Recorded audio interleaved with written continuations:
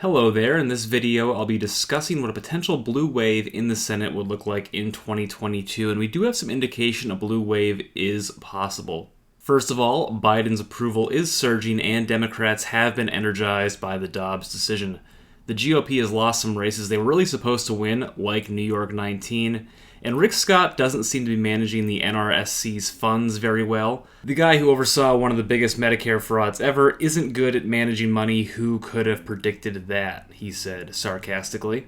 So let's dive into the map. The safe states are already set, and I want to start in Arizona. All the polls show incumbent Democrat Mark Kelly leading Blake Masters by a narrow margin. The Republican Senate Leadership Fund has cut funding in Arizona to focus on Ohio, and Peter Thiel won't bail out McConnell either. Not great for the GOP, as Kelly has a massive fundraising edge. If there's a blue wave in 2022, the Democrats are going to win Arizona. In Nevada, Catherine Cortez Masto and Adam Laxalt are in a very tight race. Polls show essentially a toss-up. Cortez Masto does have a fundraising edge, and in a neutral or slightly positive environment for Dems, you could expect her to win by about 1 to 3%, similar to the margins that Joe Biden won with in 2020. Let's give Nevada to the Democrats. In Colorado, I already think Bennett wins this race pretty comfortably. Colorado is trending blue, and Bennett is a strong incumbent with a decent lead in the polls. Next, we're going to move to Wisconsin, and I received a lot of comments on my Senate prediction video saying they think Mandela Barnes will defeat Ron Johnson. And there are several data points that suggest he could. First of all, Barnes is leading in 3 of the most recent polls, and 538 even gives Barnes a 49% chance to win. Some knocks on Barnes is that he's facing an incumbent and trails in fundraising, but those fundraising figures don't include his big haul in August. If we're talking about a blue wave, I do think it's possible Barnes could pull off a narrow upset here, even if right now that isn't likely. In Ohio, as I mentioned earlier, ad buys in Arizona and Alaska are being cut because Ohio is a little closer than the Republicans expected. 538 currently gives Tim Ryan about a 30% chance to win Ohio, which is about what they gave Trump to win in 2016. Even if it's a neutral environment, I think J.D. Vance is going to win. Ryan needs at least a lean Democrat environment to flip this seat, but an Ohio victory is feasible for the Democrats. Blue wave year, I do think it is possible for them to win in Ohio. In Pennsylvania, John Fetterman is clobbering Dr. Oz, and another knock on Oz is that he's running alongside Doug Mastriano, who is toxic. Pat Toomey won't even endorse him. Fetterman has a dominating lead in the polls, about +8 on aggregate. He also has a narrow fundraising edge, but the outside spending against Oz really stands out here. Even in a neutral environment, Fetterman should win Pennsylvania by several points. In New Hampshire, the primary hasn't taken place yet, but it'll likely be a race between incumbent Democrat Maggie Hassan and Republican Donald Bolduc.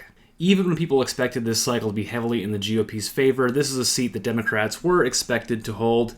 In a more neutral environment, Hassan should hold onto this seat pretty easily.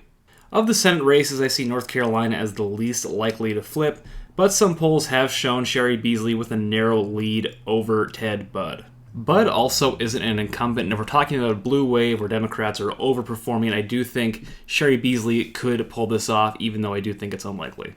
In Georgia, incumbent Democrat Raphael Warnock faces former NFL running back Herschel Walker. I've seen some suggest that Brian Kemp, the GOP candidate for governor, could give Walker a bit of a boost. However, there's a new New York Times article detailing why Warnock is a stronger candidate than Stacey Abrams. One of the big reasons is his greater appeal to black moderate voters. 3 of the most recent polls actually show Walker ahead by 1 to 2 points, but Warnock is the incumbent with a huge cash advantage, and I don't think Walker is a very impressive candidate. In a best-case scenario, I do see Democrats holding on to Georgia. In Florida, Val Demings currently trails Marco Rubio by about 1 to 3 points in recent polls. Florida is turning Republican, and Rubio is the incumbent. Demings has outraised and outspent Rubio, but Rubio has more cash on hand. In a neutral environment, Rubio probably wins. In a slightly lean Democrat environment, Rubio still probably wins. I think in a best-case scenario, Demings could pull off Florida right now. 538 gives her about a 14% chance to win. So we're talking best-case scenario for Democrats. I don't think Florida is totally out of the question. Best-case scenario for the Democrats this November, 55 seats. Now, if you're a Republican preparing to leave an angry comment below this video saying how this map is totally unrealistic, I agree with you. What I set out to do in this video is to show what a best-case scenario could look like for the Democrats in 2022. This is the ceiling for Democrats, in my opinion, though I suppose you could also argue that Iowa is flippable.